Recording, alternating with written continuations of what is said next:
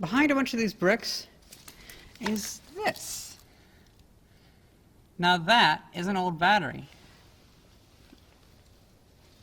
Oh.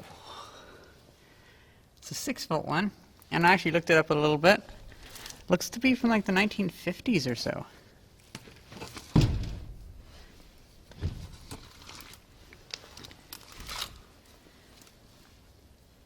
That is pretty amazing. Oh my god, look at that. Standard.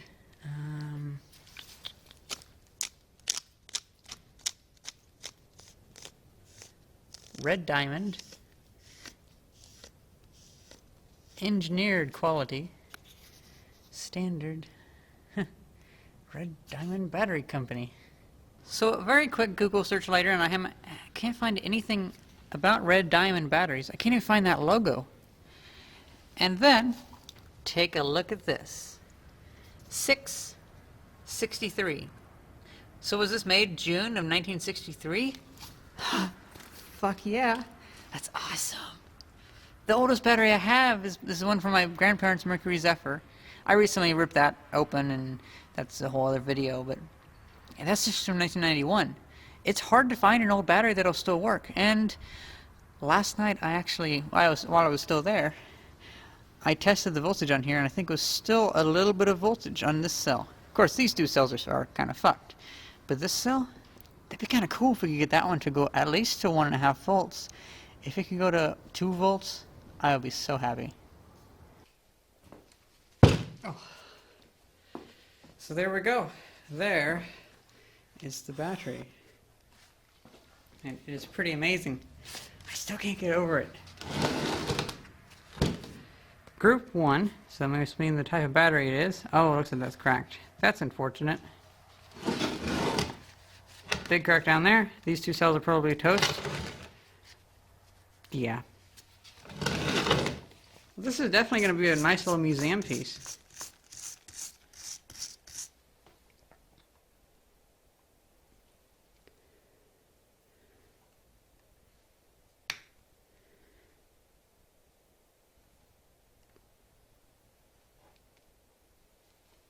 Wow. 0.89 of a volt. What the fuck? That is kind of cool. I just realized that this battery doesn't really have any polarity. So it's kind of just whatever. So it's kind of funny.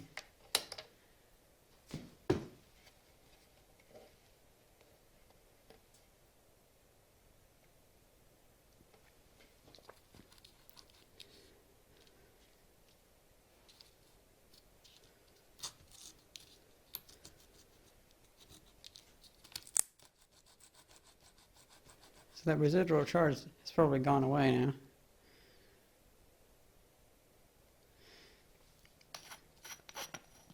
Now we can look inside here to see what's going on.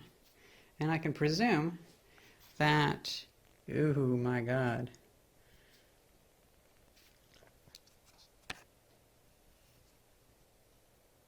That is bone dry. But I kind of assumed, judging by that crack on the side. Oh, I love that weird diamond shaped pattern on there. Oh, it's the Red Diamond battery. Duh. Well, there's a crack on there. But I say let's just fill it up with a little bit of water.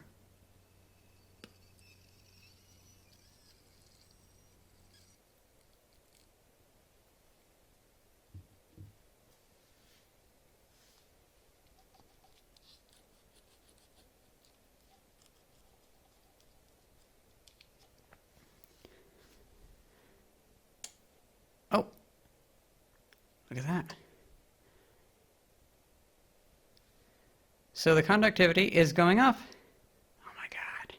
So now we can see about plugging up this hole before I fill it in any more. And this seems like a plastic. Very brittle.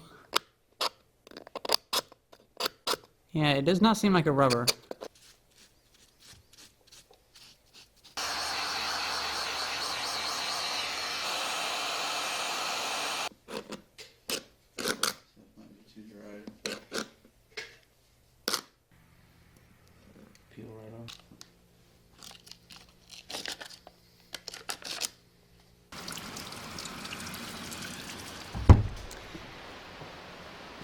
So it's been a day, and it looks like it's sealed up nicely.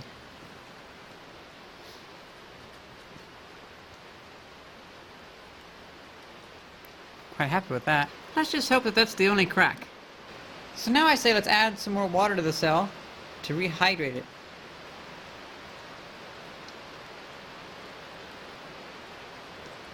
Oh, there's one thirsty battery.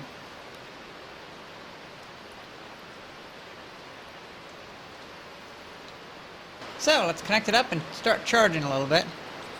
Oh, look at that! 0.5 of a volt. Oh, yes. Now, one issue that we have is that this does not really have any acid in it. It's all basically just water. We lower the voltage now. That's staying at an okay voltage. I'm just going to go up to maximum voltage and like 900 milliamps or so, and we'll see as it lowers the voltage to keep it pumping 1 amp into the battery. So now if I do this to where it sets it to coarse amperage, now the maximum is 5 amps and it's just going to full 3.4 volts. I'll turn that down a little bit.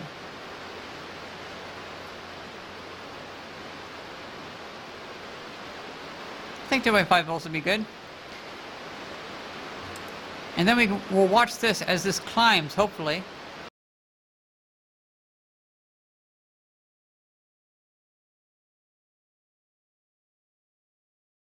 So it's not really bubbling. That's kind of interesting.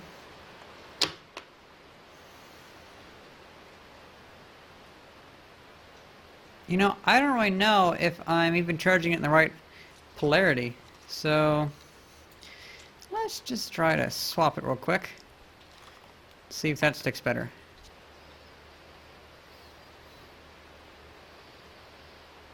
Run to 2 volts. It's pulling a lot of power.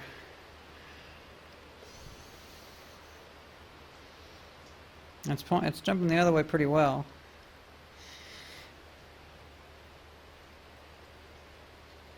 Yeah, it's pulling a lot of amps.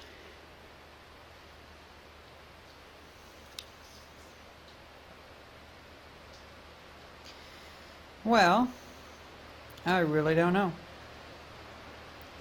If this does not go back to a negative, to plus voltage, okay, so yeah, it is going to a negative voltage. Looks like this is positive. So I got it right the first time. That's kind of nice. Now I just hope I didn't damage it more. That is actually pretty promising.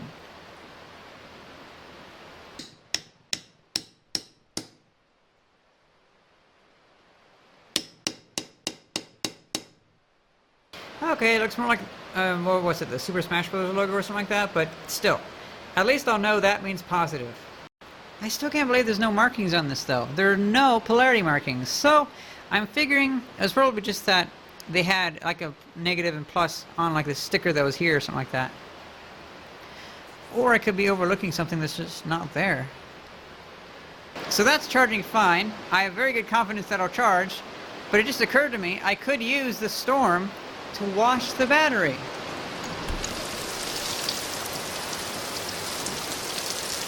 At least it'll get most of the mud off. So yeah, let's stop charging it.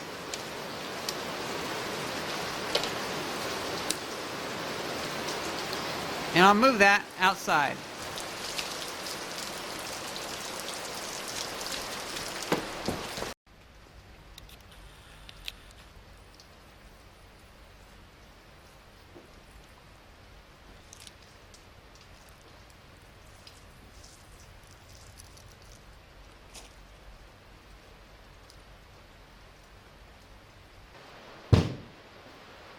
So I think the battery cleaned up nice, but I've noticed that the sealant I put on here has come undone, unfortunately. It's kind of gone out of here, and it seems like it's reverted back to an uncured state, or it's, I really don't know actually. It's meant for sealing tiles though, so it should work. Either way though, still has liquid inside, so whatever, I don't care.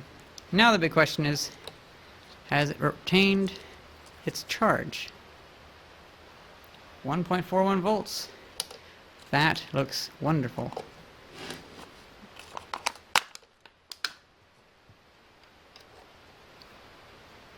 I say let's go to amps. See how many amps it's pulling. Whoa, I can give 3 amps of power. That's pretty good.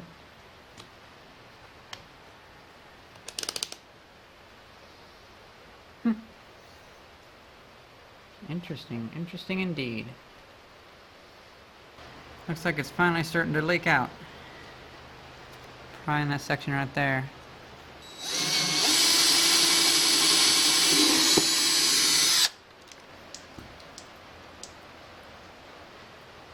Oh, you can look at the water going up and down on the side. So obviously there's water coming down from that crack, most likely, where the sealant came out of the crack. So many amps we can pull from it. Almost 4 amps that time, at the peak at least. That's pretty good. We'll see how well the cap can seal it up. There is a hole that goes to the cap though, so who knows. But anyway, I'll take this.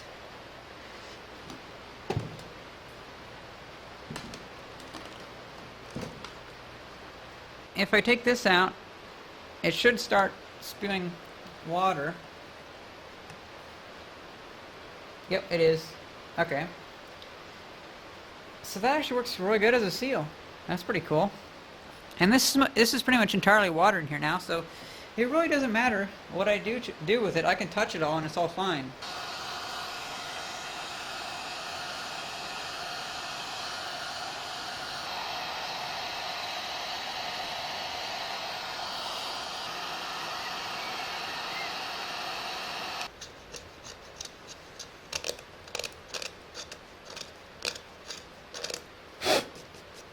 I cleared away the rest of the plastic so you can so I can get to the crack.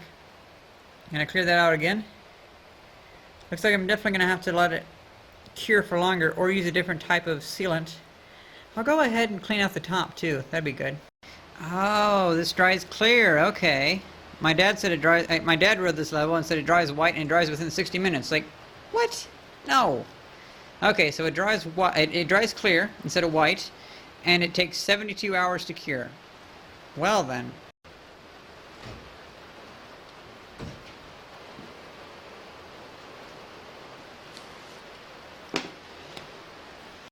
It's been a few hours and I just realized there's another crack over here. God.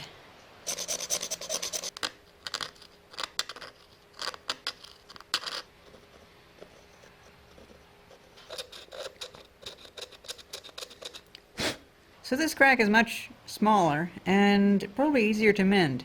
It ends right about there, then it goes up. I made sure to carve out a nice channel for the material to get pushed into, and then it stops right at the top of this square in the plastic. Looks like that's the weak point.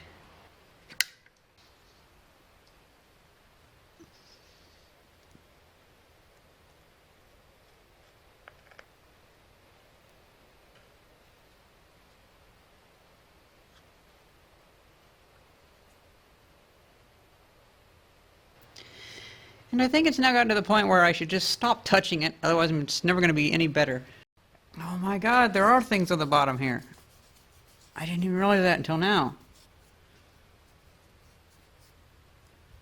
Well, great. Now I see all these other scrapes or cracks down here. Don't know what ones are actually a threat or not. Molded Products Division. Not quite sure what that logo is for. 162 with a form of a code. So maybe this was made in 1962. Or at the very least, this case was made in 1962. So that's interesting. And then down here we have 1175. That's interesting. God, another crack. For fuck's sake. So there I fixed, or at least I've used the same attempt to fix this that I've used to fix these, and so that should work. Although this one actually was on a corner, so it actually turned out really nicely.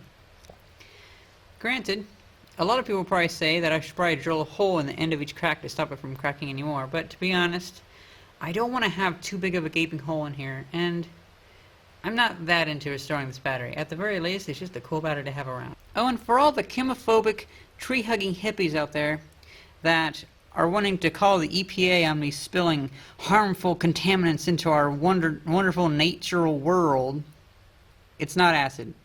It's fucking water. People always get so upset about this. There's probably not even any fragments of lead in it, because all the lead is contained inside here. Yeah, it's just water. It's what I put in earlier, because this thing was dry as a bone before. It's funny how some people really get their jimmies rustled whenever they see stuff like this. It's like this battery was in the barn for years. I think pretty much all the contaminants would have leaked out. So this stuff's been curing for 5 days now, but it's been below freezing for most of that, so it should even out. I don't know. This one's not looking so good, but that goes down pretty deep, so there's still a nice little layer of cured stuff on the outside, so that's good. Then these look pretty nice. I figure since it sucked the silicone into the cracks, so that means that it's cured a little bit, including this one. It sucked it in there too. Well, I say let's flip it over and let's get some water into there. And try to charge it.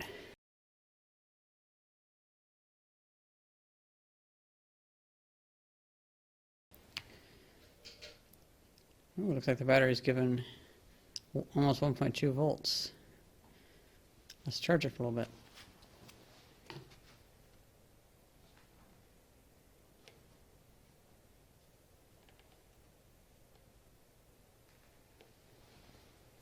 So it's been charging for about 3 hours now, and if you remove the cap, you can see that it's actually starting to bubble.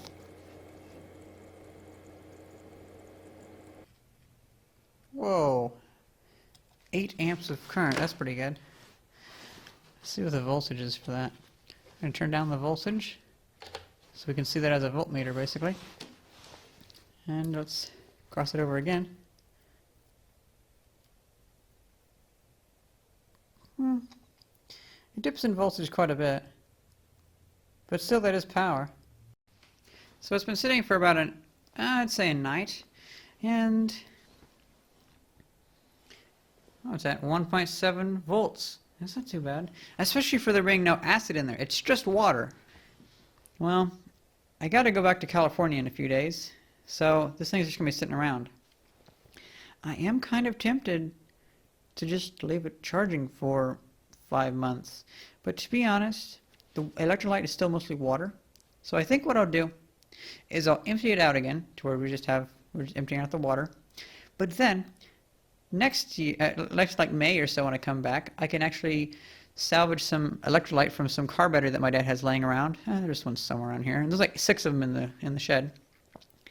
I'll take the battery acid from one of those batteries and put it into there, because I assume that if I put battery acid into this thing, then it should actually probably stay at like 2 volts or maybe 2.1 volts, which would be amazing. It'd be almost brand new. I think a big factor is that it's just simply a lead acid battery, but it's a deep cycle battery, so it's very, very thick plates, so it's very rugged and durable. I could be wrong, but either way, this is really awesome. This is a little historical piece of battery history, but also it has one operational cell that could be kind of tinkered around with. It works a lot better than I expected with just water, because just water is not very conductive and stuff like that. But yeah, I can't wait to test that more. Now the only question is, should I actually use sulfuric acid, or should I go with Epsom salt? Not really sure. Well, anyway, hope you guys enjoyed this video, and thanks for watching. See ya!